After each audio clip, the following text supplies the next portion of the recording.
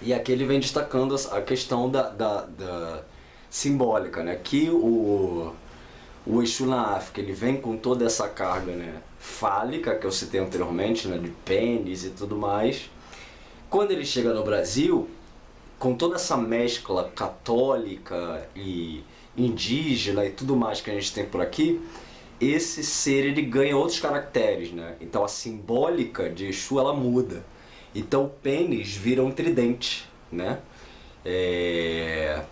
As imagens muitas vezes vão carregar chifres, né? Coisa que não é característica das imagens africanas. Mas por quê? Essa influência, mais uma vez, essa influência judaico-cristã, que vai entender esse ser como diabólico, né? Então as pessoas também vão correlacionar isso, porque elas são influenciadas por essas ideias. E muitas vezes esses seres vão se apropriar desses conceitos e vão usar, né? Então as pessoas falam assim muitas vezes, se Exu não é diabo, por que que os pontos cantados falam de diabo, de Lúcifer, de Satã e etc? Por que que as imagens às vezes têm chifre e tudo mais? Porque isso é uma apropriação da condenação, né? É igual a gente tem, por exemplo, determinados movimentos modernos que afirmam, se autoafirmam através da condenação social. Então, muitas vezes o cara é xingado de viado, né? Por ser homossexual. E determinados indivíduos vão pegar essa palavra e vão dizer, eu sou viado mesmo, né? E aí? Ou gordo é xingado, né? Seu gordo. E aí a pessoa vai falar, eu sou gordo mesmo, e daí? Então é a mesma coisa, né? Então essas entidades muitas vezes, você está me chamando, vão agir, né? Ou reagir de forma a dizer, você está me chamando de diabo? Então tá ok. Adianta eu tentar me defender? Não. Então eu sou o diabo mesmo. E aí, você vai fazer o quê? Né? Então é mais ou menos isso, né? Não é que de fato seja o diabo, porque esse conceito não existe, né, dentro da religiosidade iorubá e etc. Né? Mas é uma apropriação, muitas vezes, dessa acusação, da pessoa de tão cansada de se defender daquilo que é acusada, que ela acaba aceitando a alcunha que lhe deram. E aí todos esses elementos são absorvidos, né, e começam a fazer parte então dessa relação de Exu com essas religiosidades brasileiras, né. Então as imagens antigas, elas muitas vezes eram pintadas todas de vermelho, com chifres, as mulheres muitas vezes com os peitos de fora, os homens, e também a questão do sorriso, né. Então você vê as imagens católicas sempre sérias, né? Aquelas coisas mórbidas, etc. Às vezes as imagens dos santos cheios de flechada, Jesus pregado na cruz sangrando e etc. Enquanto que Exu não, aparece sempre sorrindo, né? Muitas vezes praticamente desnudo, né? As figuras masculinas sempre muito... até às vezes meio sexualizadas mesmo, né? Ou vou pegar um exemplo aqui. Vai ficar constrangido de aparecer no vídeo não, né, seu Veludo? Não, tá de shortinho, né, sem camisa. Tá em forma, tá com o peito malhado, braço fortão e etc. Não vai ficar com vergonha não. Seu Veludo. Então vocês reparem, né? A cor, né? Um mulato, né? Amarronzado, de short, né? Um short curto, etc. O peito estufado, peludo, etc. O sorriso, os dentes aparecendo e tudo mais. Então, uma característica bem distinta, né, das imagens católicas, etc., que trazem, né, um outro tipo de iconografia. E ele vai destacar ainda que muitas vezes esses assentamentos, né, ainda trazem cadeados, né, para representar também essa coisa do controle da força, né, de Exu. Assim. Então, o cadeado ele abre e fecha, né, então ele é um fetiche, né, um elemento ali mágico, né, para que essa força pudesse então ser melhor controlada, né, e não ser uma força totalmente solta, digamos assim. E que muito do conceito de entidade inferior vem dessa influência, aí já entra a questão da Umbanda, né, da influência que o kardecismo, né, exerce sobre a Umbanda. Então, a Umbanda tem esse discurso, né, de que caboclos e pretos velhos são superiores e que Exus são inferiores, né, e que eles precisariam então trabalhar para evoluir espiritualmente. Então, esse já é um conceito de influência kardecista, espírita, dentro da Umbanda, né? Então a gente vê essa mescla, né, de conceitos religiosos de diversas religiões que se misturam aqui no Brasil, né, e vão dando corpo a essa mistura, né, espiritual doida e maravilhosa que a gente tem aqui, né?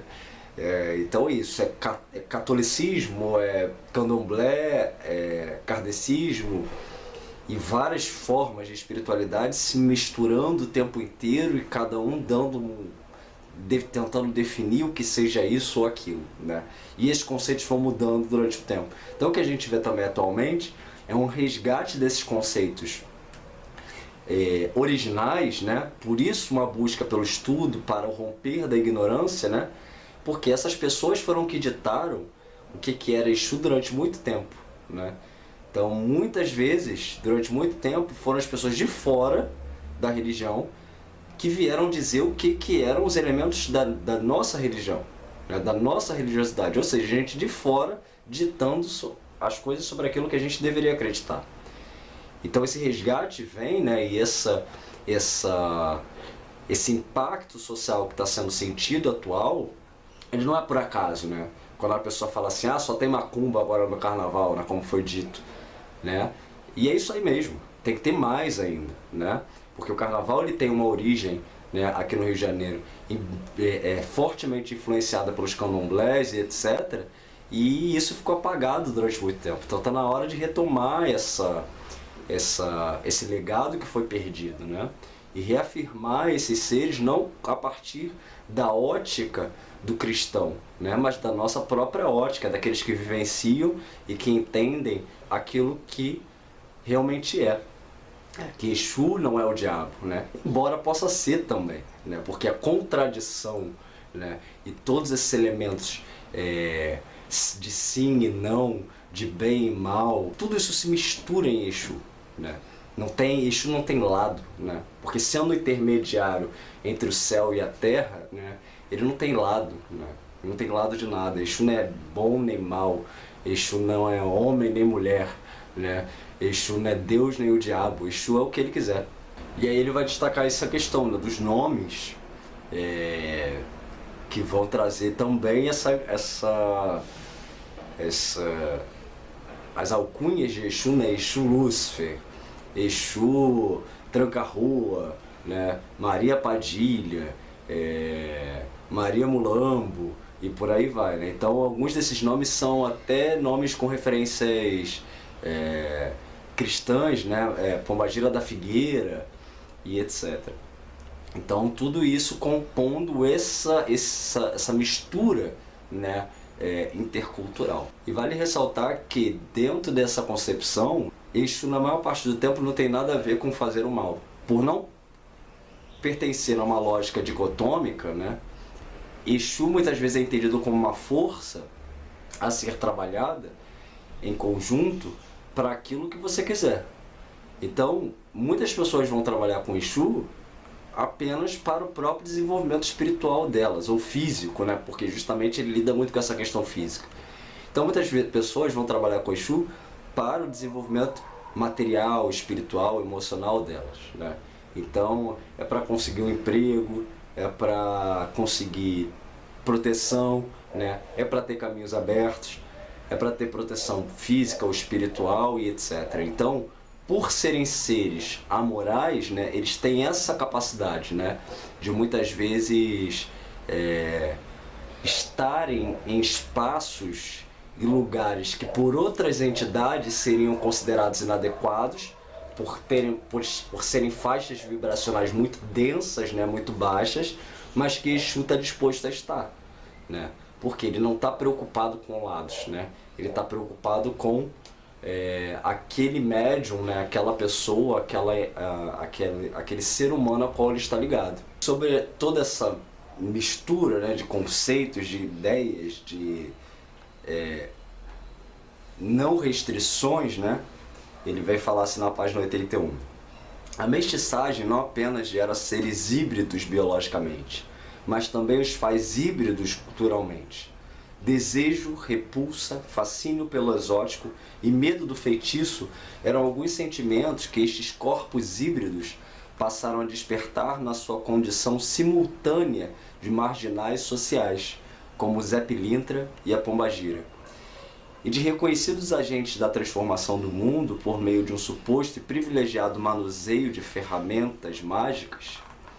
Imagens de seres mistos fornecem, portanto, uma boa metáfora de uma sociedade que se vê como resultante do trânsito transatlântico de corpos e culturas que modelaram um mundo unido e dividido, único e múltiplo.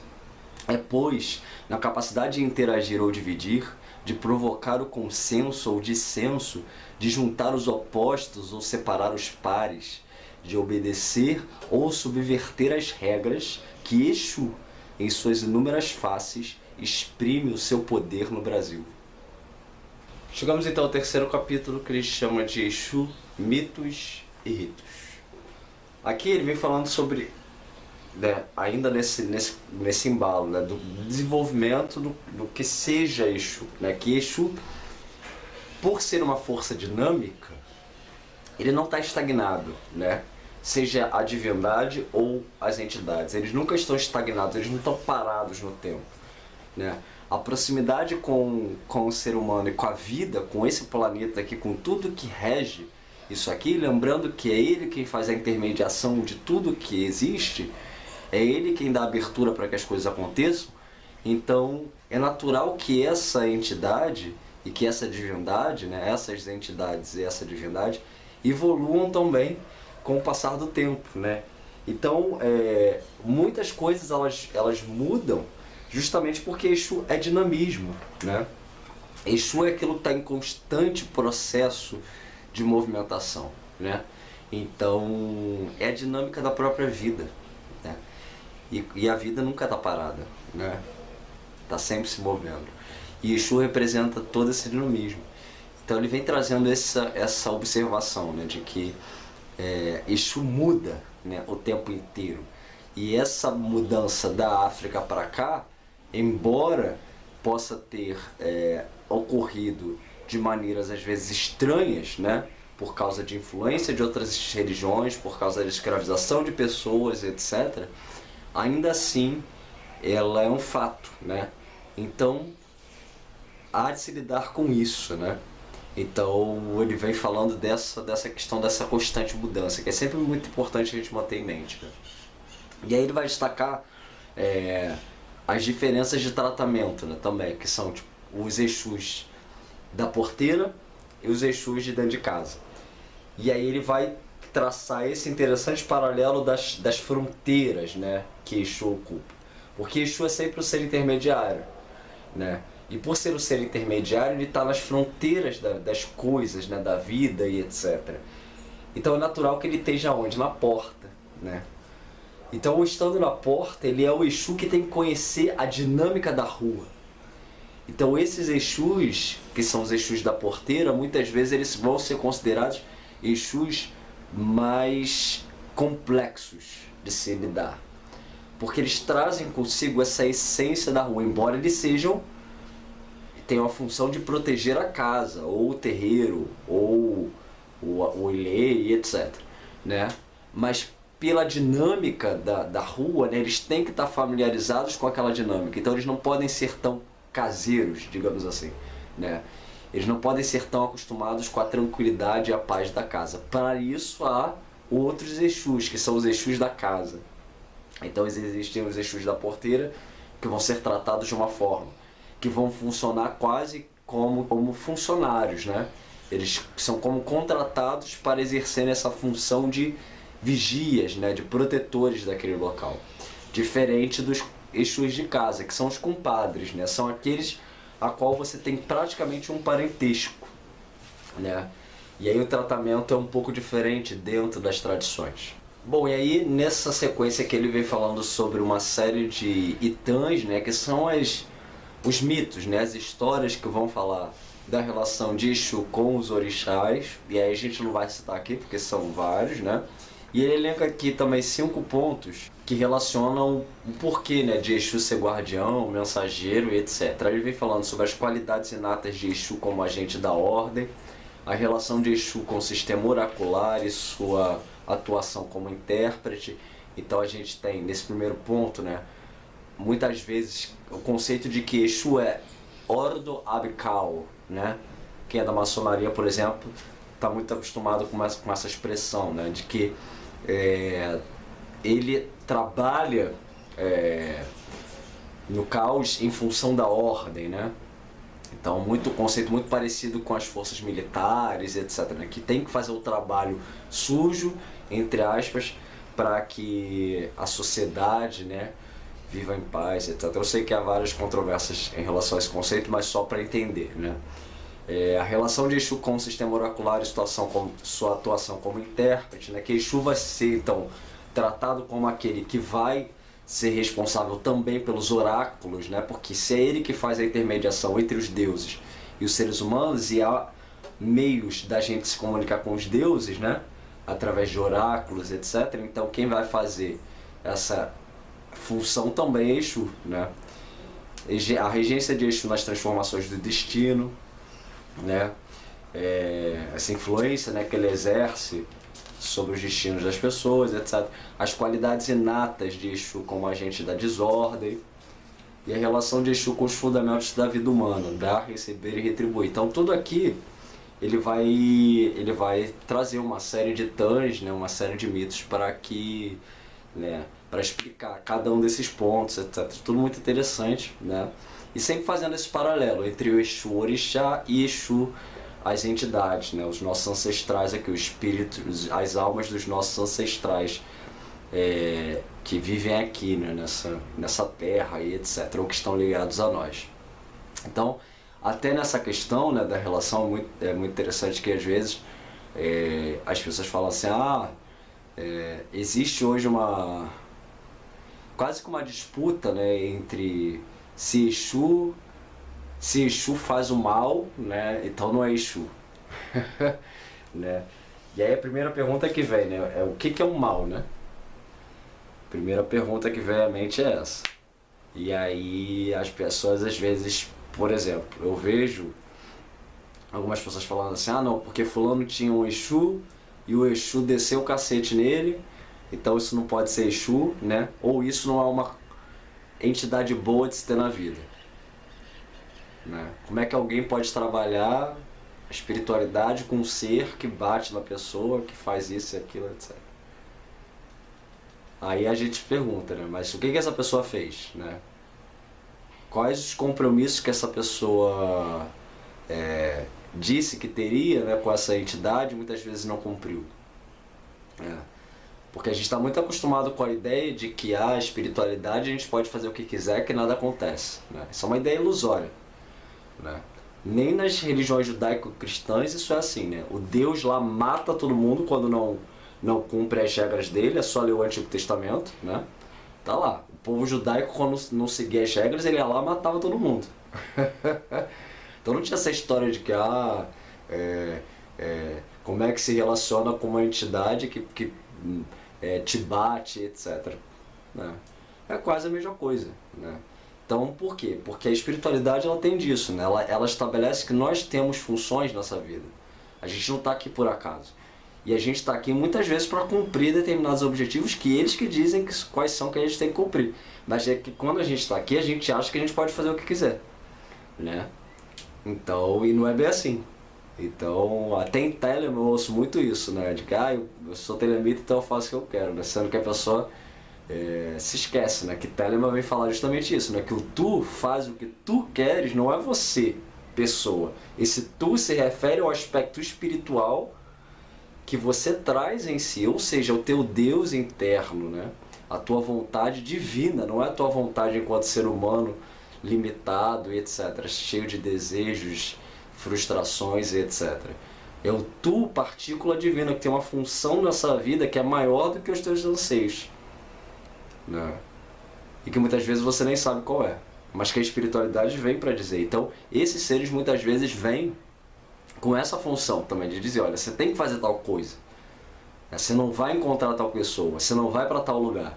E a pessoa às vezes vai lá e vai encontrar tal pessoa, vai lá e vai para tal lugar. Aí dá merda, aí vai dizer que foi a entidade que fez, mas não foi nada, a entidade avisou que não era para ir. A pessoa teimosa e vai. Então, é isso, né? Então, você vê toda essa dinâmica, né? Você vê até nisso, nessa coisa da ordem, da desordem, né? Quando ele vem e bate, ou ele vem e causa confusão, né? Mas muitas vezes tem uma moral por trás daquilo ali, tem uma razão para aquilo. Não é uma coisa pelo simples prazer da confusão, não. Muitas vezes tem uma função educativa, né? E etc. O capítulo 4 se chama Exu Produto Nacional e vem falando sobre todo o processo de marginalização que todas as culturas mestiças, pretas, pardas, indígenas, etc., sofreram nesse país. Então, até ali 1930, 40, assim, tudo isso era marginalizado, né? Ainda é, né? Mas assim, muitas vezes era crime, né? Você ser macumbeiro, era crime você ser capoeira, era crime você tocar samba, né? Até violão, tocar violão era coisa de marginal. Olha a mentalidade dessas pessoas, né? Então, você vê que como as coisas mudam, mas muitas vezes ainda sobra o resquício, né? E muito disso está muito associado a esse conceito, né? De o que é preto, tudo aquilo que é preto, tudo aquilo que é índio, né? Que é indígena, é maléfico, é ruim, é demoníaco, é errado, né? E sempre essa coisa do branco, né? Ou aquilo que o branco traz como sendo superior, evoluído, bom, né? Então, a gente sofreu e sofre muito isso aqui no Brasil, todos esses processos, né? E a gente está nesse processo de desconstrução de todos esses conceitos, né? Como é que se faz isso? Através da educação, né? Através também do combate, né? Que combate? Combate físico, caindo na porrada com as pessoas? Não, né? Mas combate intelectual, né? Aquele que quando alguém fala alguma coisa sobre a sua religião, você rebate. Mas rebate com o quê? Com embasamento, com conhecimento, etc. Não pelo simples debate, né? Mas para que haja uma instrução, para que a pessoa saiba que o umbigo dela não é o universo, né? Que o Deus dela, apesar dele dizer isso, não é o único que existe. Então é muito importante a gente ter esses fundamentos, esses conhecimentos, né? Para que a gente se defenda, né? E saiba do que a gente está falando, né? Porque não adianta o outro conhecer muito da religião dele se a gente não conhece muito da nossa religião. Então é preciso equiparar isso, né? Porque só assim a gente vai conseguir debater de frente. E aí o autor vem falando disso, né? Desse processo de que até então aquilo que era marginalizado e etc., né? Por ter essas origens, né? Começou a ser mais aceito a partir ali do Getúlio Vargas, do governo Vargas. A gente também tem ali, né, dentro desse contexto todo, a ascensão de umas ideias nacionalistas, né, mas que exaltavam também a questão nacional, mestiça, indígena. Então tudo isso meio que veio para mudar um pouco dessa marginalização que tinha, né? E aí começou também o processo de exportação da cultura brasileira. E aí o autor vem destacando aqui, né? O Zé Carioca, né? O surgimento do Zé Carioca no Walt Disney, né? Então o Walt Disney ele vem para cá pro Brasil, aí ele conhece as escolas de samba, ele visita todo esse contexto, né? Dos terreiros de macumba, das escolas de samba, etc.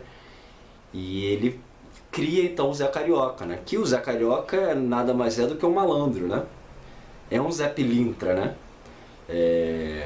Então, até essa referência do nome, né? Zé Carioca, Zé Pilintra e etc.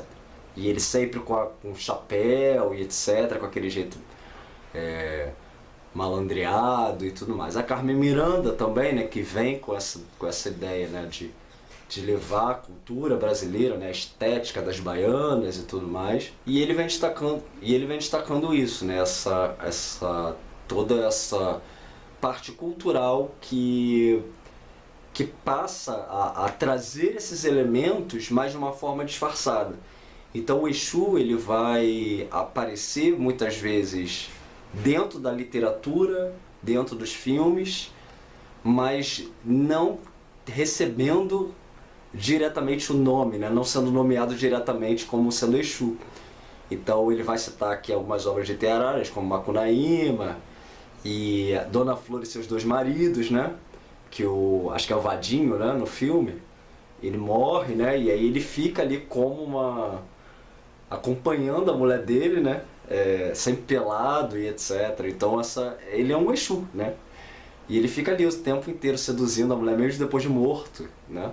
Ou seja, essa questão da sexualidade muito forte, né? E tudo mais. Então a gente tem essa mistura também nesse sentido, né? De que o Exu ele vai estar presente mesmo quando não estiver sendo chamado de Exu.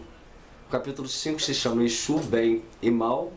Ele vai falar de um pastor canadense que converteu uma mãe de santo, escreveu um livro, né, falando sobre a questão de Exu, né? Então você vê que essa questão ganhou áreas internacionais até, né? Lembrando que é interessante a gente destacar isso, né? Que o demônio só é Exu aqui no Brasil. Engraçado isso, né? Porque se o demônio é demônio para o mundo inteiro, então Exu, o demônio deveria ser Exu no mundo inteiro, né?